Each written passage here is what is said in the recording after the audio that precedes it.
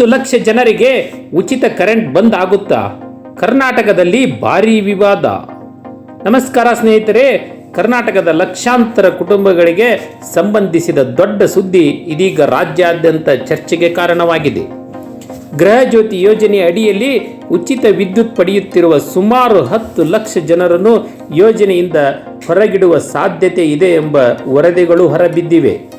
ಹಾಗಾದರೆ ನಿಜವಾಗಿಯೂ ಉಚಿತ ಕರೆಂಟ್ ಸೌಲಭ್ಯ ಬಂದ್ ಆಗುತ್ತದೆಯೇ?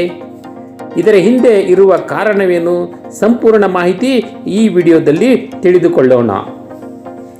ಕಾಂಗ್ರೆಸ್ ಸರ್ಕಾರ ಅಧಿಕಾರ ಬಂದ ನಂತರ ಜಾರಿಗೆ ತಂದ ಪ್ರಮುಖ ಗ್ಯಾರಂಟಿಗಳಲ್ಲಿ ಗೃಹ ಜ್ಯೋತಿ ಯೋಜನೆಯು ಕೂಡ ಒಂದು.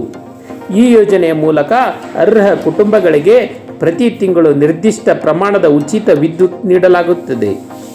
ಆದರೆ ಈಗ ಕೆಲವು ವರದಿಗಳ ಪ್ರಕಾರ ಕರ್ನಾಟಕದಲ್ಲಿ ವಾಸಿಸುತ್ತಿರುವ ಮತದಾರರ ಪಟ್ಟಿಯಲ್ಲಿ ಹೆಸರು ಇಲ್ಲದ ಅಥವಾ ರಾಜ್ಯದ ಮತದಾರರಾಗಿ ನೋಂದಣಿ ಮಾಡಿಸಿದ ಸುಮಾರು 10 ಲಕ್ಷ ಫಲಾನುಭವಿಗಳ ಬಗ್ಗೆ ಸರ್ಕಾರ ಪರಿಶೀಲನೆ ನಡೆಸುತ್ತಿದೆ.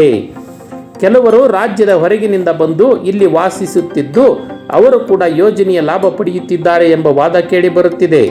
ಇದರಿಂದ ಸರ್ಕಾರದ ಮೇಲೆ ಆರ್ಥಿಕ ಹೊರೆ ಬೀಳುತ್ತಿದೆ ಎಂಬ ಅಭಿಪ್ರಾಯ ಕೆಲವರು ವ್ಯಕ್ತಪಡಿಸಿದ್ದಾರೆ. ಹೀಗಾಗಿ ಯೋಜನೆಯ ಅರ್ಹತಾ ಮಾನದಂಡಗಳನ್ನು ಇನ್ನಷ್ಟು ಕಟ್ಟುನಿಟ್ಟಾಗಿ ಜಾರಿಗೆ ತರುವ ಬಗ್ಗೆ ಚರ್ಚೆ ನಡೆಯುತ್ತಿದೆ ಎಂದು ಹೇಳಲಾಗುತ್ತಿದೆ. ಇನ್ನೊಂದೆಡೆ ಈ ವಿಚಾರ ರಾಜಕೀಯ ವಿವಾದಕ್ಕೂ ಕಾರಣವಾಗಿದೆ.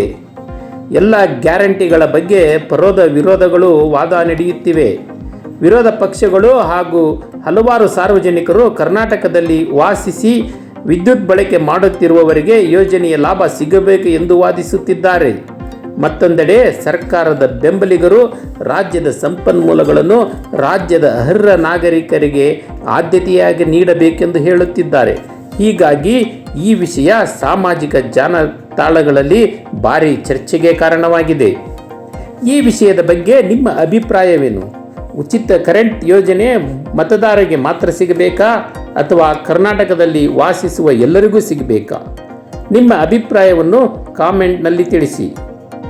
ಹಾಗೂ ಸರ್ಕಾರ ಈ ರೀತಿ ಮಾಡುವ ನಿರ್ಧಾರ ಸರಿಯಾಗಿದೆಯೇ ಎಂಬುದನ್ನು ಸಹ ತಿಳಿಸಿ. ಇಂಥ ಲೇಟೆಸ್ಟ್ ಕರ್ನಾಟಕ ಸುದ್ದಿಗಳಿಗಾಗಿ ನಮ್ಮ ನ್ಯೂಸ್ ಇನ್ಫೋ ಮಾಸ್ಟರ್ ಕನ್ನಡ ಚಾನಲನ್ನು ಸಬ್ಸ್ಕ್ರೈಬ್ ಮಾಡಿ. ಧನ್ಯವಾದಗಳು.